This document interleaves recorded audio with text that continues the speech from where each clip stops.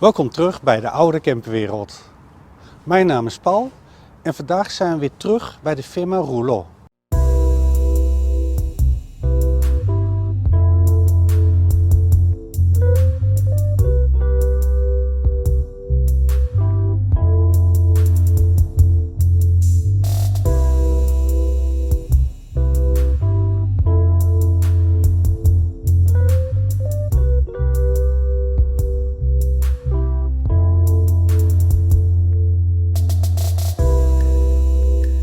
Deze camper is 7,39 meter lang, 2,12 meter breed en 2,4 meter hoog.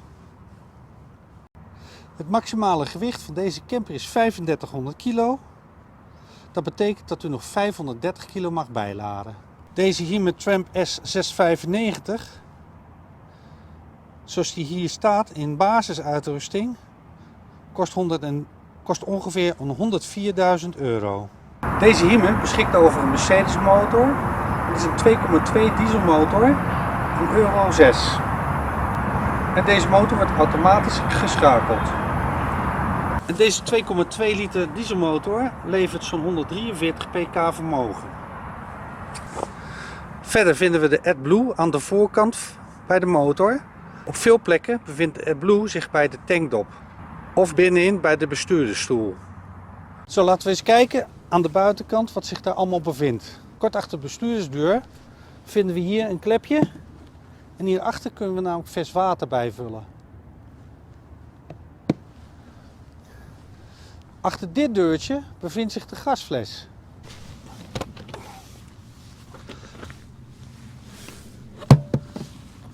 Op zich geen grote gasfles, dus zal regelmatig de gasfles vernieuwd moeten worden. Achter deze klep bevindt zich het cassettetoilet. Ook deze laat zich makkelijk in en uitschuiven.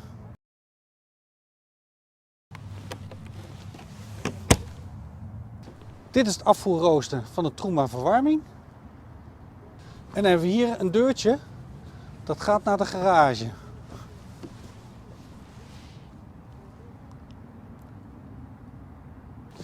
En deze kant deur is kleiner dan aan de andere kant. Aan de andere kant is hij een stuk groter. En de achterkant van deze Hymer T695 is behoorlijk strak afgewerkt. Beschikt hier over een achterrijruitcamera. En de achterlichten zijn weer typisch in Mercedes uitvoering. En de andere kant van de camper hebben we dus de grotere garagedeur. En deze biedt veel ruimte voor eventueel een fiets of wat mee te nemen. In de wand bevinden zich twee stopcontacten, 220 volt.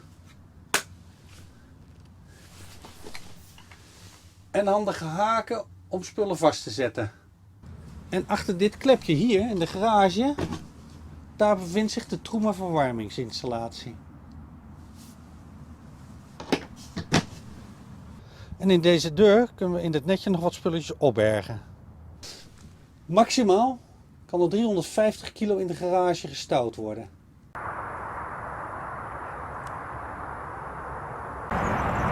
Vindt u dit soort video's nu interessant? Vergeet dan niet te abonneren. En natuurlijk waarderen we uw duimpje. We hebben in de deur twee knoppen om de deuren te sluiten en open te doen. En bovenop kunnen we de beide ramen bedienen en ook de spiegels. De cabine biedt veel ruimte en is erg mooi afgewerkt.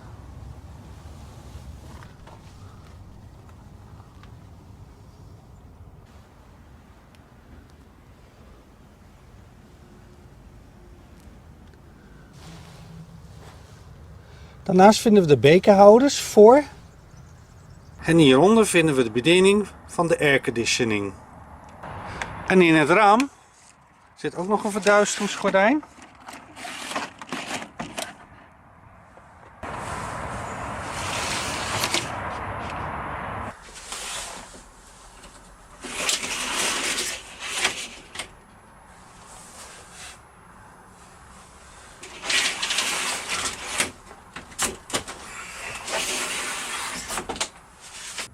En onder de stoel hier, daar zit een knop en daarmee kunnen we de stoelen naar binnen draaien.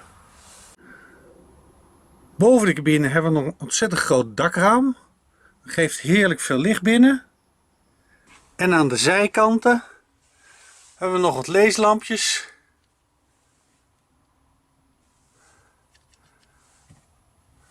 Met daarin een USB-poort. Verder nog ontzettend veel opbergruimte boven de cabine. Hier hebben we 2 plankjes.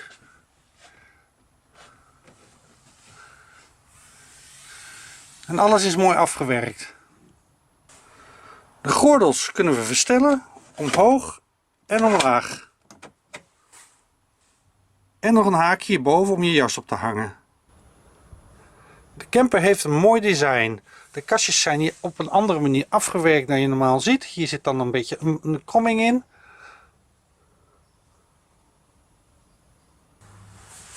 En doordat er verschillende opbouwpanelen zijn, krijg je echt een beetje een ruimtelijk effect met diepgang. Zoals hier. De zithoek is zeer ruim. En de kleurstelling vind ik goed gekozen.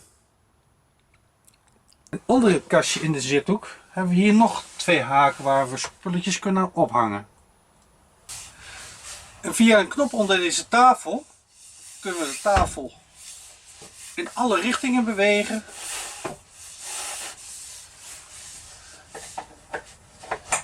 En om meer ruimte te creëren kunnen we hem ook dichtklappen. Het hefbed kunnen we hier elektrisch laten zakken en ook weer omhoog laten gaan. En je ziet nauwelijks dat er een hefbed aanwezig is. En als het hefbed zakt, dan gaan de kastjes ook mee. In het plafond zijn allemaal ledlampen verwerkt.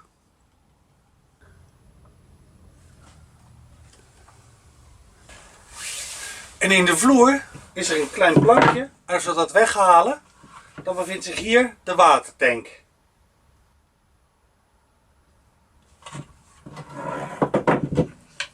De vloer zelf is mooi afgewerkt in een houten plankenstructuur. En hier vinden we een dubbele bodem. De bank kunnen we omtoveren tot zitplaatsen.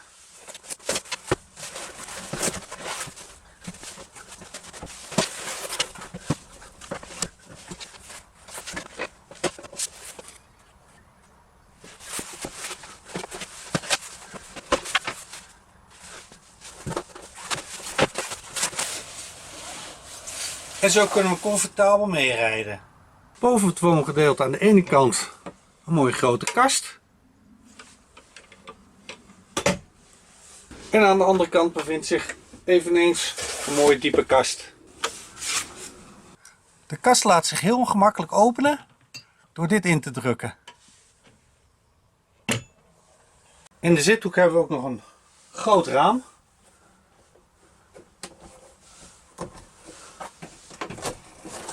Dat zich soepel laat openen en sluiten.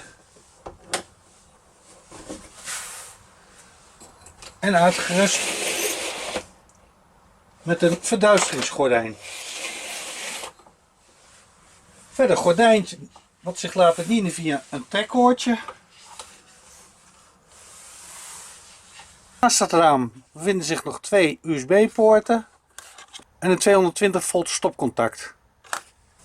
Dit keukenblok in deze camper, ik vind hem fantastisch uitgerust. Er is ontzettend veel werkruimte.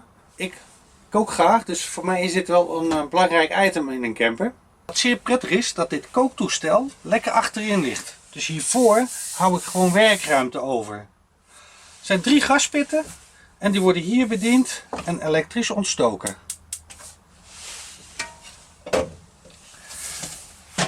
Dan hebben we hier vooraan, wat dan weer makkelijk is dat het een beetje vooraan ligt, maar wel mooi in deze hoek, de spoelbak.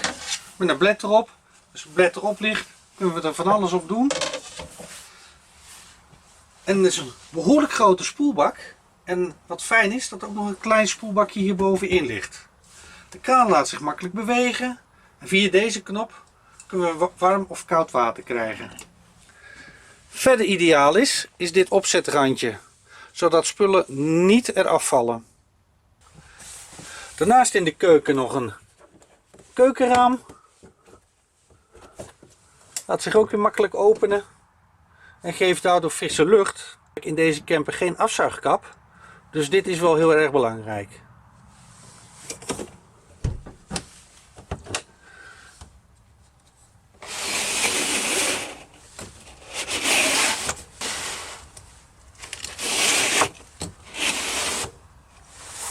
Nog een rekje waar we eventueel kruiden of andere spulletjes in kunnen zetten. En nog 2x220 stopcontacten.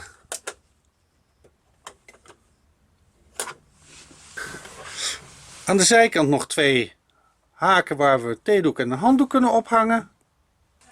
Net onder het keukenblad bevindt zich het controlepaneel van het zonnepaneel. Daarnaast hebben we hier nog een knop om het licht in de keuken aan en uit te zetten.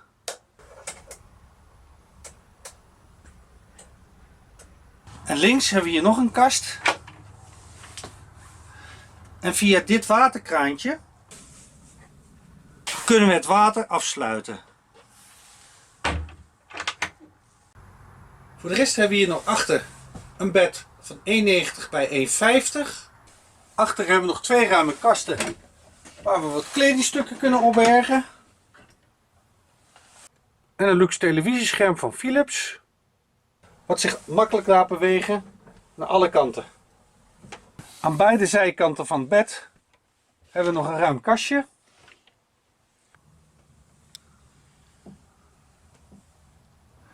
Ideaal om blouses of broeken in op te hangen. Het fantastische aan deze camper is de ontzettend grote ramen die we aan beide kanten bij het bed hebben. En ook nog een zeer ruim groot dakraam. En ook dit raam kunnen we gewoon weer makkelijk openen en sluiten. En heeft als handige truc dat je hem op een kiertje kan zetten. En toch is dit raam dan afgesloten. Uiteraard het verduisteringsgordijn en hoor. Verder hebben we hier nog een rail waar we gordijn kunnen ophangen. En via deze knop in de slaapkamer kunnen we het licht achter in het bed aan en uitzetten. Verder nog 2 leeslampjes. 1 keer aanraken, heb je een klein beetje licht. Doe hem nog een keer aanraken, dan heb je het volle licht. Een groot dakraam en dat kan geopend worden via dit systeem. Uiteraard volledig uitgerust. Bij de slaapkamergedeelte hebben we nog een klepje in de vloer liggen. Hier kunnen we makkelijk bij de grijswatertank komen.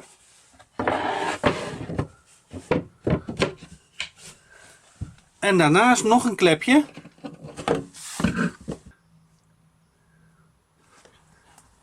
En hieronder bevindt zich een knop. Als we die draaien, dan doen we de grijswatertank open en dan kunnen we alles lozen.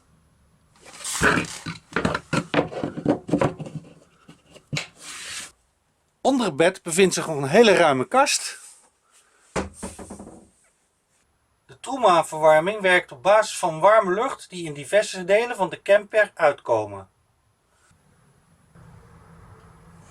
Aan beide van de opstapjes bij het bed kan het geopend worden.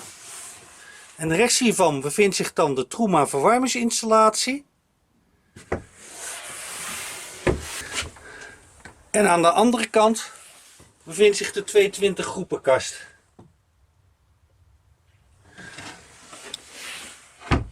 Voor de rest een ruime douche en laat zich door een harmonica-deur sluiten. Voor de rest eenvoudig maar functioneel. Ook bevindt zich hier nog een dakraam. En deze houten vlonder is wel handig, want dat zorgt dat de deur dus wel dicht blijft. Want dat blokkeert namelijk de deur. Wat natuurlijk voor de rest praktisch is dat we deze deuren dicht kunnen doen.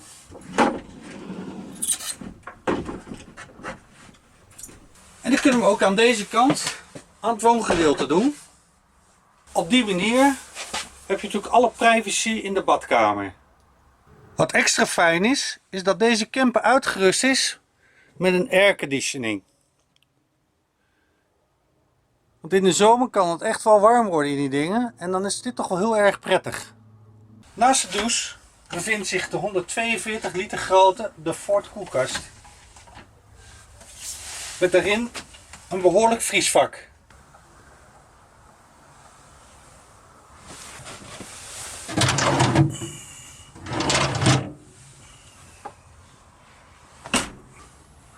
Boven de koelkast hebben we nog meer opbergruimte.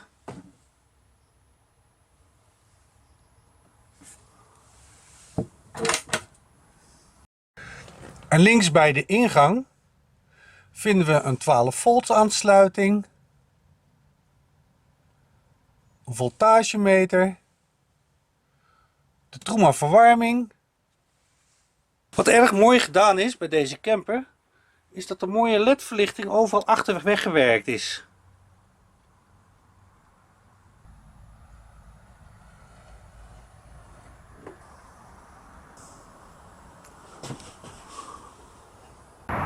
Ik hoop dat jullie genoten hebben van deze video. Volgende week staat er weer een nieuwe video voor jullie klaar. Dus voor nu, bedankt voor het kijken.